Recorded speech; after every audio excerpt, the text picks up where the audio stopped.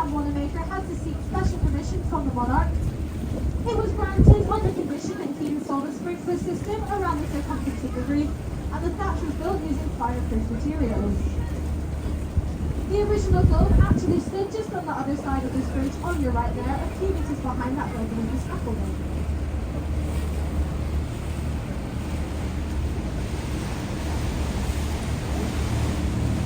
Now, it wouldn't be a tour of London without talking about the pub, so on our right here we can have the Apple Palace, one of London's oldest pubs. Many London inspired right here, Charles Dickens, led to a great festival story where it's behind the bar, and the diarist Samuel Pepys actually watched the Great Fire of London burn the city down from those very windows.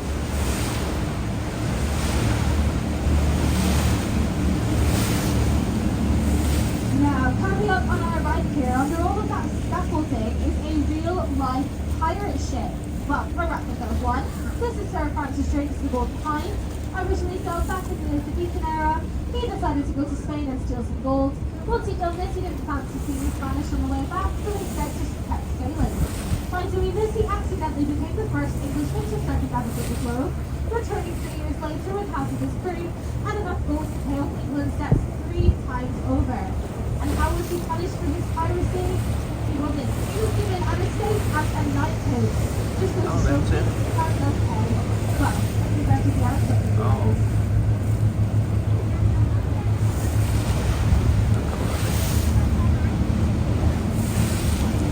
Now, for those of you at Racing 4, the world famous London Bridge is behind you. Yeah, the boring grey, which is his past thunder, is the real London Bridge.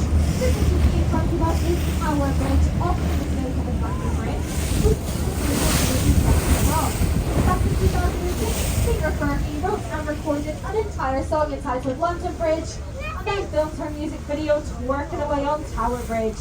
Silly Fergie. At this time, I would just like to remind all of our lovely passengers on the top deck to please stay sat in your seats. We want to make sure everyone can get the photos they want without your lovely heads in them. If you do have arms, feel free to stretch them up to take your photos. Now, I can understand if you may struggle to see it, as it is currently in an Arctic camouflage. Below to the right there, that 12,000-ton battleship is the HMS Belfast. It was actually built in the same box as the Titanic, but went on to have a much more successful career. It played an integral role in ending the Second World War, being one of the first ships to fire shots at the D-Day landings, as well as being the boat responsible for sinking Hitler's ship, the Scharnhorst. The guns on board can shoot up to 12 miles away, and they're currently aimed at the M1 Scratchwood service station, so if you drove in today, we recommend planning your tickets accordingly. It was actually bought at auction for a whopping £1, which you reckon there was a sale on, and is now owned by the British Imperial War Museum. But now, for a bridge that even Taylor Swift would be proud of, we have Tower Bridge. It is a vascular bridge, being the centre of the vascular malfunction bridge. The vascular holds on down to 100 tons each and takes 62 seconds to full raise. In its first year of operating, it is estimated this bridge would have opened 6,000 times. Nowadays, though, it is a lot rarer. If you could have a tall boat at 24 hours notice, though, they will happily open Tower Bridge up for you. There is only as river traffic always takes priority over road traffic. There is only one day of the year they will not open Tower Bridge, but the women will have the inductions for they have next week.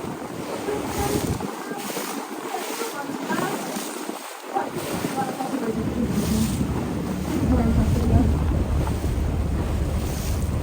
now, as we pass under the bridge, I need you to wave to as many people as you can. It is 5 years good luck to receive a wave off someone on Tower Bridge. I'll bring you all the luck you can. Hey, there we go.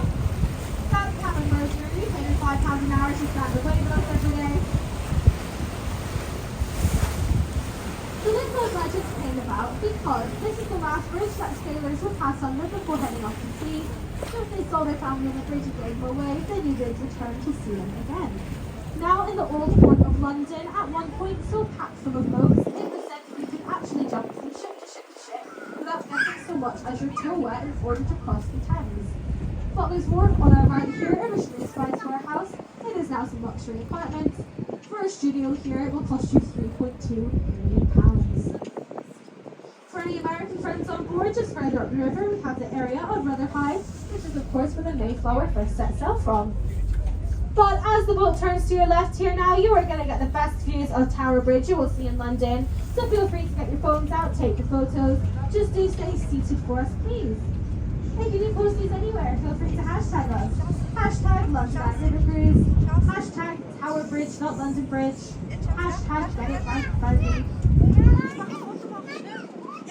At the top of Tower Bridge, you will notice these walkways. Any Marvel fans will recognise it from Spider-Man No Way Home.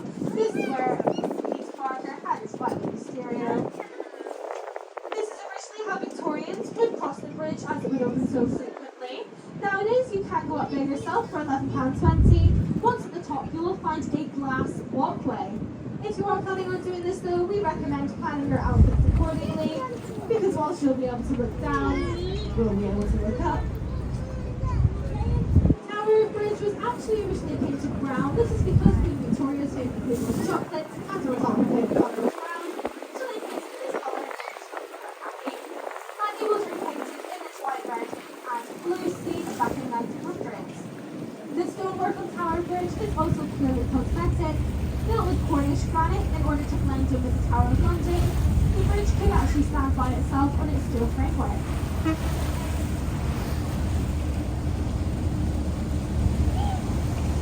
As we pass under the bridge, if you look to your right, you will see the flagpole, which how the Victorians used to fish bodies outside the river.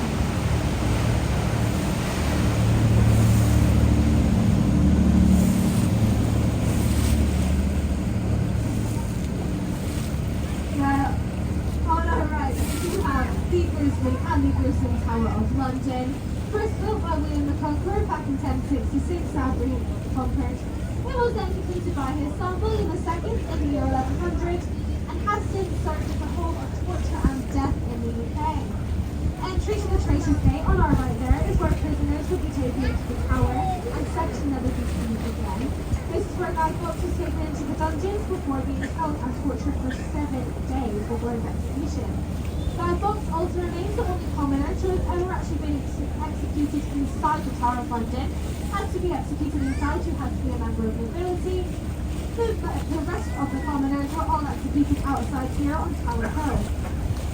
If you were to go to the Tower of London, we recommend not paying for a tour. Once inside, you will find the urinal warden, also known as the beefeaters.